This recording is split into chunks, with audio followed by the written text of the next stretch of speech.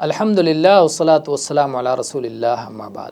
جب آپ کسی کے یہاں مہمان ہوں، آپ کی دعوت کی گئی ہو تو اجازت لے کر داخل ہوں اور کھانے سے فراغت کے بعد باہر چلے جائیں، واپس چلے جائیں۔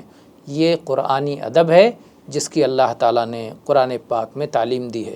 چنانچہ اللہ تعالیٰ نے فرمایا یا ایھا الذین آمنوا لا تدخلوا بیوت النبی الا ان یؤذن لکم الی طعام غیر ناظرین انہ ولکن اذا دعیتم فادخلوا فاذا طعمتم فانتشروا ولا مستأنسین لحدیث۔ اے لوگو، نبی صلی اللہ علیہ وسلم کے گھر میں اجازت کے بغیر داخل نہ ہوا کرو اور وقت سے پہلے پہنچ کر کھانا پکنے کے انتظار میں مت بیٹھے رہا کرو۔ جب تمہیں بلایا جائے تو اندر جاؤ اور جب کھانے سے فارغ ہو جاؤ تو باہر چلے جاؤ اور وہاں بیٹھ کر کے آپس میں گپ شپ نہ کرو۔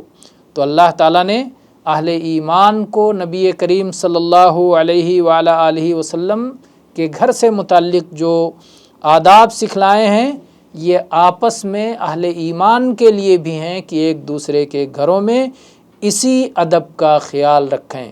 تو یہ ادب سارے اہل ایمان کے گھروں کے لیے ہے۔ تو بہت سارے لوگ یہ ناپسندیدہ حرکتیں کرتے ہیں کہ دعوت کا جو وقت ہوتا ہے اس سے کافی پہلے پہنچ جاتے ہیں اور بار بار یہ دیکھتے ہیں کہ ہانڈی پک چکی یا نہیں، پکنے میں کتنا وقت ہے، تو وہ برتن پہ بار بار نظر ڈالتے رہتے ہیں۔ یہ سب ممنوع امور میں سے۔ اور بعض لوگ کھانے پینے کے بعد بیٹھ کر کے گپ شپ لگاتے رہتے ہیں اور اس سے گھر والوں کو تکلیف پہنچتی ہے۔ تو ان سارے آداب کا خیال رکھنا مہمانی کے آداب میں سے اہم ہے، ضروری ہے۔ واللہ اعلم والحمد للہ رب العالمین۔